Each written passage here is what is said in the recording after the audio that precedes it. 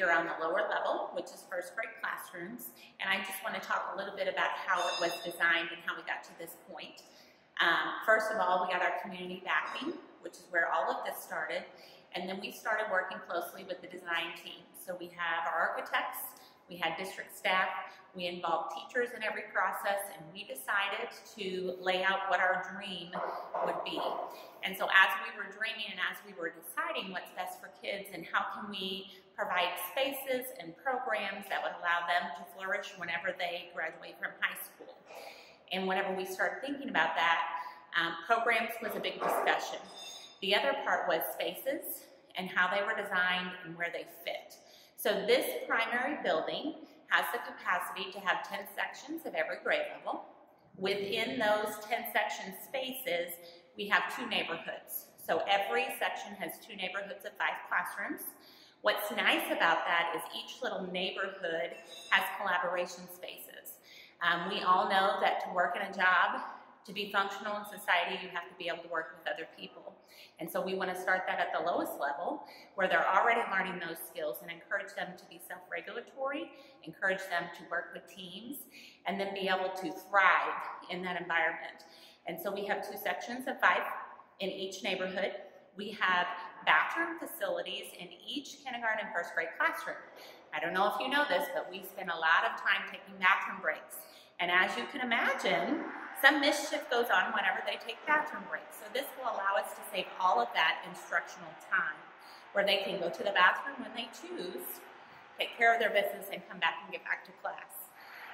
Outside of the neighborhoods, we have our programs such as PE, we have art, we have music, and as you know, we're adding a STEM program to each building. And we have counseling classes, because we're teaching that social-emotional health, and we also have library. So this structure of all of our main classes, where it's community used, are in the main hallway. So as kids are transitioning back and forth, the noise level, the interruptions for instruction, all that is diminished and hopefully will not exist at all. Of course, that's our dream, is that that would not exist. So beyond that, we have a cafeteria that allows us to do 2 serving lines. Currently, we start at 10:45 for lunch, and we end at 1:30 p.m. to get all of our students through lunch. As you can imagine, that makes our schedule pretty tough, and it also doesn't allow us all to sit down as a community as one time to develop all those skills just within eating lunch. This building has 2 serving lines, and it has a space where we will be using circle cafeteria tables, kind of encouraging that whole family feel, where we can teach them those proper manners, where we can have that social emotional health thrive, and where we have a schedule of possibly eating lunch from 11 to 12:30 for 3 grade levels. We can all go in, we can be served, we can be seated, and then we can all leave together as 1 grade level. So we're excited about that.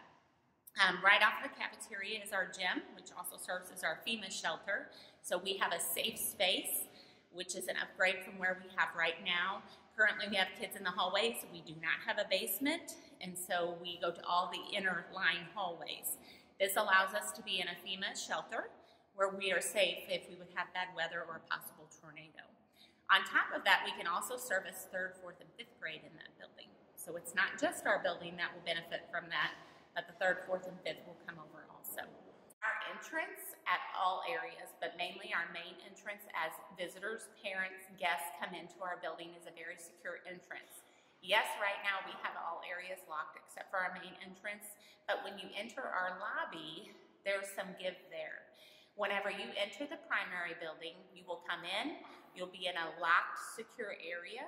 You will buzz in and let us know what your business is or why you're visiting, and then you will actually enter the building through the office. So you will not enter any hallways, you will not be close to any classroom space until we know your intention of visiting.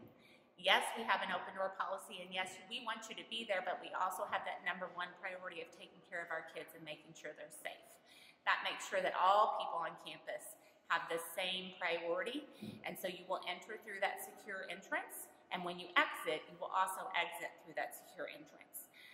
For staff to enter, we have card readers and different things like that, so we have a way to track who is in our building at all times.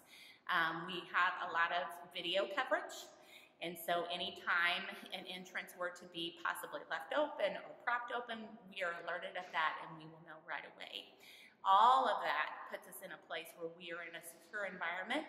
Kids can come, they can be safe, and they can come to do what they're supposed to do while they're here, and that's learn.